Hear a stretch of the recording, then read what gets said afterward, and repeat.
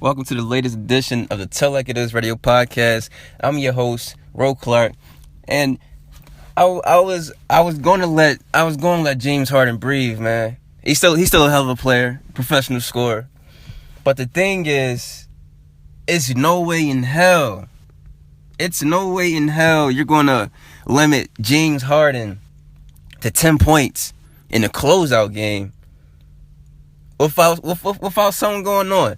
First of all, James Harden didn't play this bad since they lost to Miami in the finals against LeBron when him and KD didn't show up. And Westbrook had to carry them boys 12, 14 points straight, fourth quarter overtime. Nowhere to be found. James Harden's professional scorer. He knew what this game meant last night. He knew it was a closeout game. Why was he being so passive? Making careless turnovers, careless passes, taking careless jumpers. Coming out of halftime before the start of the third quarter, you look on the bench, D'Antoni spinning his clipboard, James Harden just sitting there. I think he was dribbling the basketball between his legs. There's no communication, and that right there just showed that it was a bad vibe. It was something, I don't know. I don't even know how the conversation went in the locker room, if it was a conversation. But a poor first half, I thought it was going to turn into a monstrous second half, especially for a player like James Harden, like for his caliber.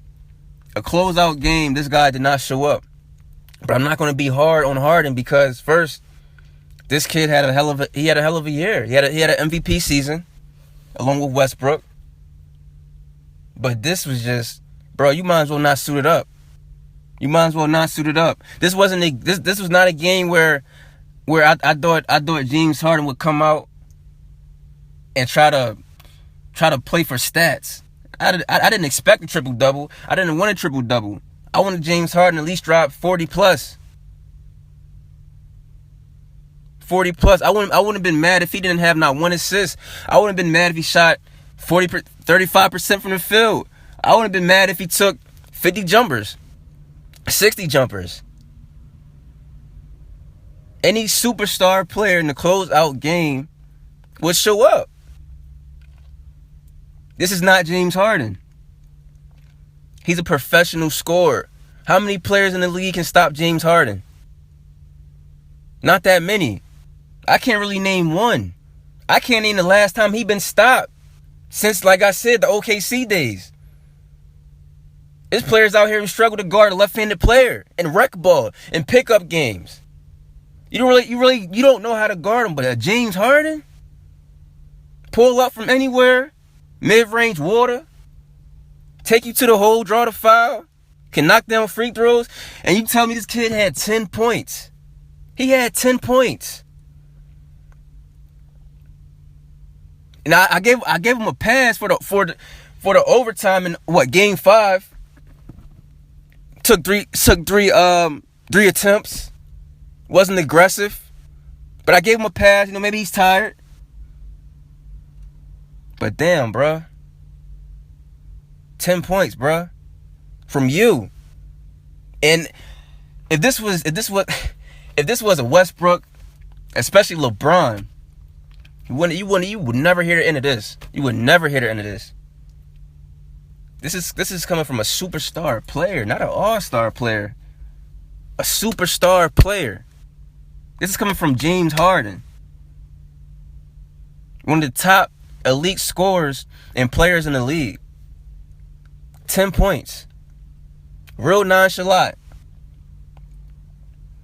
I don't want to say he threw the game, shed points, but damn, this just looked like Cam Newton in the Super Bowl versus the Denver Broncos. Like they never touched the football, never touched the basketball a day in his life. Forgot what they was playing for. Somebody done knocked on his door the night before, the morning of. You know you can't win this game, right? I don't know. I just have a hard time. Like, and I tell people all the time, I don't care what you can do for me in a season. Legends are made in the postseason. The postseason is where you're remembered. And you want to go out like this for your last game? It's not how you start, it's how you finish. I am a true, firm believer in that. I tell cats all the time. All right, yeah, he's doing this now, but can he keep it up? How are you going to end? How far are you going to go? You going to win it all? I don't care. They're great athletes out there. They're great basketball players. So when I see regular shit, I don't care about that. All right, you drop 30 or 40 all season long. Then when the playoffs come, you want to give me 20. Then you want to give me 10 points in your last game. I'm going to give Harden a pass because I really believe either something was on his mind, they got into it, and he just said, you know what, F it. But I hope he didn't. This is not the way you want to go out, Hard. This is not the way, bro. This is not the way. And I'm not a fan, but I respect his game. I respect his game, bro. But it's not the way you want to go out. And I'm not even going to attack you. Because you had a hell of a year. But just know, if I was your teammate, and I'm going into that locker room at halftime, I'm like, bro, we need you. If I'm your coach, I'm coming to you the morning of. Bro, I need you tonight. You got the green light. Not saying he don't already, but I need you, bro. I need you all 48 minutes. I need you out there running my team like you've been doing all season. I need you. Simple as that.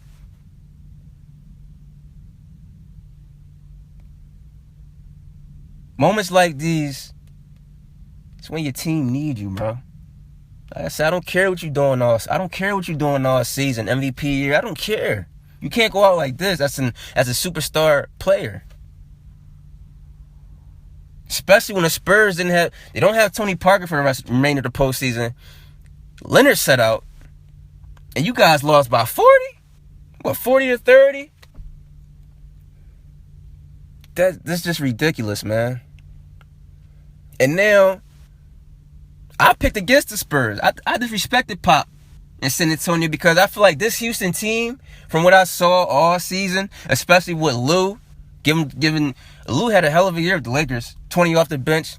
Gordon, another 20 off the bench. So that's a guaranteed 40. That's a guaranteed 40 plus every night off your bench, bro. And you can come out there and give me 30. 30 plus. Ryan Anderson can go off. Ariza can go off. I just didn't understand this. And I really wanted to see the Rockets play the Warriors because I feel like the Rockets were the only team in the West that was left who can actually match up against the Warriors and outshoot the Warriors. So now it's San Antonio. So now people are saying, for all the people who were saying that Kawhi Leonard is the number 2 best player in the league or the best player in the league, he's gonna have to prove it. This is the perfect time to prove it. The perfect team to prove it against. So if you up there, if you up there, big and bad like LeBron, I need you to single-handedly take over this series against Golden State and beat them. Or make the Western Conference Final a competitive series. I just didn't understand last night. And I wasn't even gonna do a podcast today. But after I put my post up, 3 o'clock this morning, me up trying to figure out what the hell happened to James Harden, everybody commenting. At 7 o'clock this morning, when I'm waking up, my phone's going off. I had to. Because everybody wants to know. Everybody's saying the same things. So I had to make a podcast. Figure out what's going on. Why my professional scorer is only giving me 10 points in a closeout game. Back against the wall. I just don't understand it, man. I just don't understand it. Everybody, thanks for listening. I just had to drop this podcast, man. Please be sure to subscribe to Tell Like It Is Radio Podcast. Please tell your friends, family. Subscribe to my YouTube channel. Visit Rockout Sports or rockoutsd.com. www.rockoutsd.com. www.bakerhoops.com. Follow my Tell Like It Is Facebook page. Tell Like It Is Twitter handle. It's Tell It Like It Is, capital P. Tell It Like It Is, PC, Instagram. And just tell me what you guys think, man. Comment. You can always send an email, tellitlikeitis@gmail.com. You can send a text. You got my number. I want to know. I want to know what's going on. Guys, you the rest of your day, man.